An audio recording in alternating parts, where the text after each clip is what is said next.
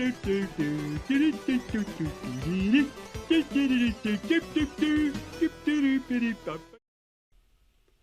for stopping by the channel.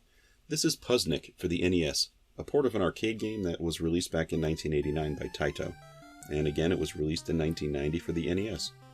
It was actually ported to a whole stack of different systems around that time, including the Game Boy, the PC Engine, the Amiga, the Atari ST, Commodore 64, MS-DOS had a copy, the Amstrad CPC, and also the ZX Spectrum. Puzznic is a tile-based puzzler that seems kind of simple on its surface. You basically try to make all the tiles disappear just by matching similar tiles together. Anytime two or more tiles touch, they disappear. The game has a timer, and basically you use one button. Use the directional pad to select and highlight a tile, and A or B will grab that tile. Now you can drag it around the screen. You only move tiles left or right though, and depending on the layout of the level, gravity might actually drag one of the blocks down. So if you push a block over a ledge, it's going to fall. Some levels also have elevators, and you can sometimes move blocks upwards that way if you need. We're working against a timer, and early on it doesn't actually become much of an obstacle. But after a handful of levels, the difficulty starts to elevate, and time does certainly become a concern. Absolutely. The timer is certainly one obstacle, but some puzzles are also going to have moving pieces. It makes you have to worry about the timer and the timing of when you actually need to move certain tiles, which is pretty interesting.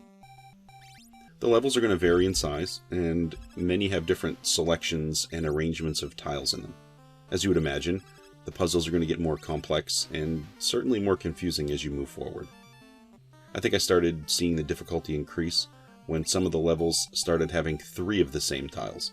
So trying to manipulate 3 tiles together and have them all touch at the same time was the first thing that really seemed to slow me down.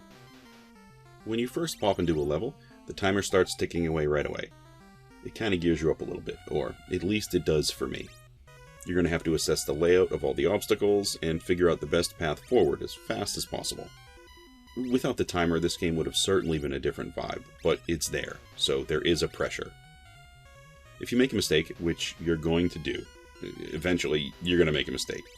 You just press start and you can reset the level, which is pretty much a necessary feature for a game like this. Puzznic does offer a music track, and there are sound effects mixed in as you make the different blocks disappear. And the sounds can get pretty chaotic at times, but I think they do work for a game like this. For longer sessions on games like this, I would be turning the stereo on anyway and turning this volume down. It also offers a password system, which is fantastic. It's also not too complex. This isn't one of those password systems you find in NES games that requires like 50 characters to load. It's a relatively simple password. Having something like that for a game like this, it's super important, especially considering that there are like 160 levels in the main game. And I can't see myself sitting down and trying to beat this one in one sitting. At least, not personally. And I like puzzle games. There's also a different game mode entirely called Puzznic Puzzle Mode. It's a different pool of levels, and it's also different gameplay. You're still trying to make these tiles disappear, but you're not dragging individual tiles around one at a time. Instead, you're adjusting the gravity of the entire puzzle and making all the tiles move in one direction or another. I think this mode is pretty interesting, but it's really not as fun as the main mode. I can certainly see why they'd include these levels in a game like this. The gameplay is similar, but I don't think that this gravity mode by itself would be sufficient enough to sustain an entire NES release on its own.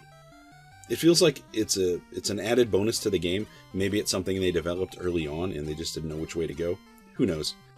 It does feel a little tacked on, but the gameplay is certainly similar enough where I can see why they'd want to couple these together. Puzznic wasn't a particularly expensive game when I got it. I think I paid $10 for it, maybe a little less. For that particular price, I feel like this is a pretty solid puzzler for the NES.